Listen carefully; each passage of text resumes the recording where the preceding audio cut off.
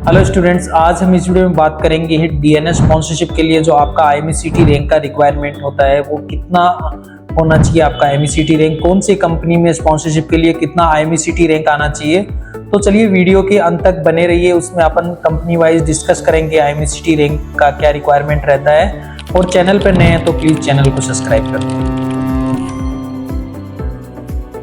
तो स्टूडेंट, सबसे पहले अपन बात करते हैं एंग्लो ईस्टर्न से। एंग्लो ईस्टर्न का जो रिटर्न होता है वो आपका ऑफलाइन मोड में उनके सेंटर पे होता है, फिर इंटरव्यू होगा। उसके बाद आपका सिलेक्शन के लिए एंग्लो ईस्टर्न में आईएमईसीटी जो रैंक है वो अंडर 6000 होना चाहिए, 6000 के अंदर रैंक आना चाहिए आपका, तो आपका एंग्लो ईस्टर्न का स्पॉन्सरशिप मिलेगा। उसके बाद बात करते हैं फ्लीट मैनेजमेंट का। तो फ्लीट मैनेजमेंट में आपका रिटर्न एग्जाम होता है IMI नोएडा में ऑफलाइन मोड में। उसके बाद आपका इंटरव्यू होता है। देन आपका आईएमईसीटी रैंक का उनका जो रिक्वायरमेंट है वो कोई स्पेसिफिक रिक्वायरमेंट नहीं है। अगर आपका 12, 13, 14 हज़ार भी रैंक है और आपका इंटरव्यू परफॉर्मेंस अच्छा है, PCM अच्छा है, तो आपका इजीली फ्लीट मैनेजमेंट में भी सिलेक्शन हो जाएगा। Great Eastern, Seven Island, Sims, इनकी बात करते हैं तो इनका भी कोई आईएमईसीटी के लिए स्पेसिफिक रिक्वायरमेंट नहीं है। इनके जो एग्जाम होते हैं, रिटन एग्जाम, वो होते हैं ऑनलाइन मोड में।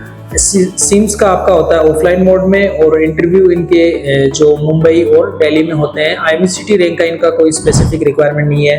अब बात करते हैं अपन SCI का। तो SCI का एक स्पेसिफिक रिक्वायरमेंट है। SCI इनिशियल जो टॉपर्स को पहले जो आईएमईसीटी के जो इंटरव्यू के लिए भेजेगी मेल, वो इनिशियल टॉपर्स को भेजती है। फिर रैंक वाइज जैसे जैसे सिलेक्शन प्रोसेस आगे बढ़ता है, आपका around 5 to 6000 up to 5000 6000 rank तक आपको इंटरव्यू के लिए कॉल आएगा। उसके बाद आप कैसा परफॉर्मेंस करते हैं उस पर डिपेंड करेगा आपका सिलेक्शन। और बाकी अदर जो कंपनीज हैं, वेलम हो गया, वीशिप हो गया, मार्क्स लाइन हो गया, और भी बहुत सारी जो स्पॉन्सरशिप कंपनीज है उनमें कोई आईएमईसीटी का स्पेसिफिक रिक्वायरमेंट नहीं है। तो बेसिकली अपन बात करें लास्ट सिनर्जी मैरीटाइम का, आपका जो एग्जाम होता है पहले रिटर्न होता है वो ऑफलाइन मोड में होता है, फिर इंटरव्यू होता है। और सिनर्जी का भी आईएमईसीटी रैंक का कोई क्राइटेरिया नहीं है, आपकी कोई भी रैंक आए, आपका इंटरव्यू परफॉर्मेंस अच्छा है तो आपका सिलेक्शन हो जाएगा। अब लास्ट में बात करते हैं आईएमईसीटी रिक्वायरमेंट जो है वो बेसिकली एंग्लो ईस्टर्न का है 6000, अंडर 6000 आपकी रैंक होनी चाहिए। और SCI में अगर आप जनरल कैटेगरी से हो तो आपकी अंडर 5000 रैंक होनी चाहिए। और आप अगर OBC से हो तो आपको 10,000, 8,000, 9,000, 10,000 तक मेल आ सकता है इंटरव्यू का। अगर आपका SC ST कैटेगरी है तो आपको 14-15,000 तक आपको मेल आ सकता है इंटरव्यू के लिए।